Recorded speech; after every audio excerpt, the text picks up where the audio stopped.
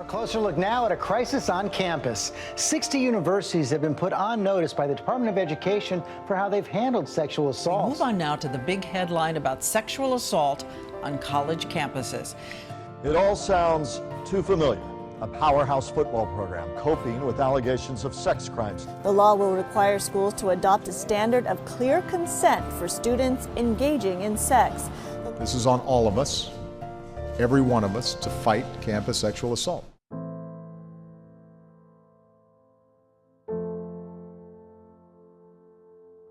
As brothers of Sigma Phi Epsilon, and as sisters of Alpha Delta Pi, as fraternity men, and sorority women, we have a responsibility to our society, student body, and friends. to our fraternity brothers, and our sorority sisters. I took an oath. I took an oath. I took an oath. We all took an oath. And we take that oath seriously. If you've been paying attention, you know there's a problem on college campuses today, a problem that affects all students. a serious problem, sexual assault and sexual misconduct. And we're here to talk about how we can be a part of the solution. We're here to talk about how to prevent sexual assault. To prevent sexual assault. But preventing it means understanding what's going on. And deciding that we care enough to stand up and say no. Not in my sorority house. Not in my fraternity house. Not on our teams. Not in our residence halls. No, this is not okay on my campus. Not all sexual assaults occur in back alleys. They aren't always committed by a repeat offender. 9 out of 10 sexual assaults are committed by someone the victim knows. State and federal laws are being passed requiring colleges and universities to change their policies in an effort to make us all safer. If you're going to have sex, you have the responsibility to know the expectations on your campus. Sexual assault is any type of sexual contact or behavior that occurs without the explicit consent of the recipient. That means sexual assault is any unwanted sexual contact. But do you know when it's not wanted? Think hard about this, because everything you thought you knew might not be true. When a girl asks you to hang out or go back to her place, it doesn't give you consent to make out, it gives you consent to hang out. When you ask someone to watch a movie, you have consent to watch a movie. And that definitely does not mean you have consent to have sex. It's on us to keep our brothers and our sisters safe and to get clear on consent. If you don't know what consent is and how to ask for it, you shouldn't be having sex. Consent is the voluntary, positive agreement between participants to engage in a specific sexual activity. That cannot be compelled by threat, force, coercion, or deception. If you have consent this weekend, it does not mean that you have consent next weekend. Consent only applies to a specific act. It does not mean you're going all the way. Consent cannot be given if the person granting it is underage, mentally incapacitated, intoxicated, or under the influence of other drugs. Just because somebody's flirting with you or hitting on you doesn't mean you have consent. Sometimes flirting is just flirting, and that's definitely not consent. Someone can be interested in you sexually and be giving you all the signs that they might want to have sex with you. But that doesn't mean they actually want to have sex with you. When consuming alcohol, judgment and decision-making can be impaired. In order for consent to be given, it must be able to be taken away. That means at the moment of the night when your partner's decision-making becomes impaired, even if consent was given, it is no longer valid.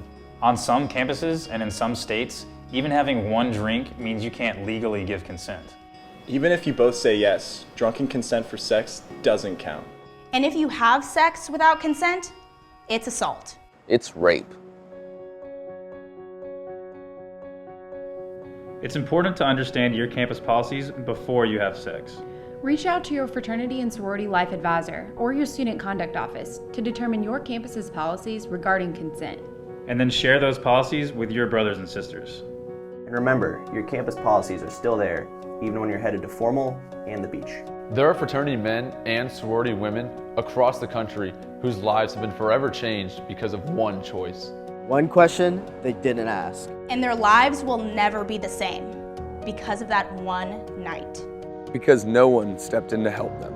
It's on all of us, men and women, to be responsible and ask for consent. Men need to be direct about what they want and not assume anything. And women need to be open and honest about what they want or what they don't want. It's not always the guy's responsibility to ask. Women must be a part of the conversation too. Be direct in your questioning. Actually ask the person, do you want to have sex? Do you want to have sex? Do not ask if they want to hook up. Because hooking up doesn't mean the same thing for everyone. Just be direct and ask. If you're too embarrassed to ask, just imagine how embarrassed you'd be if someone knew you committed sexual assault. If someone says no, it means no. Yes means yes, and no means no. The absence of a no does not mean yes. That also means no. And you just can't start making out with someone and continue to push the limits until they say no. You have to ask along the way and respect each one of their decisions. If I say no, respect my decision. If I say yes at first and then want to stop, respect my decision. If I say no, respect my decision. Consent starts and ends with direct communication. It's on us to stop sexual assault, and we can be a part of the solution. But it starts with you. With me. With me. With me. It starts with all of us. Remember, in order for consent to be given, it must be able to be taken away. Even if you both say yes, drunken consent for sex doesn't count. Consent must be direct and ongoing. And don't assume anything. Not everyone is having sex. As fraternity men and sorority women, we took our oath as an individual. But as a group, we can and will be a part of the solution. By educating ourselves, our chapters, and the community. We have the opportunity to truly make a difference in the lives of our brothers, our sisters, our sons, our daughters, and the future. Preventing sexual misconduct and assaults on campus is part of living our oaths. Let's end this problem once and for all. Live your oath. Live your oath. Live your oath!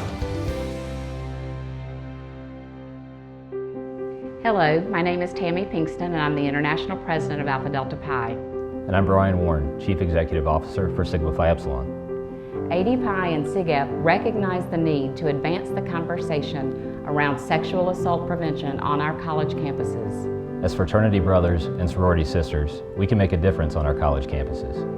And it starts by doing what we said we would do, live our oath. As leaders on our college campuses, it is time that we actively engage in this call to action and do our part to end college sexual assaults. It all starts with you. Show the world what we actually stand for. Show them what it means to be a sorority woman. Show them what it means to be a fraternity man. Live your oath. Live your oath.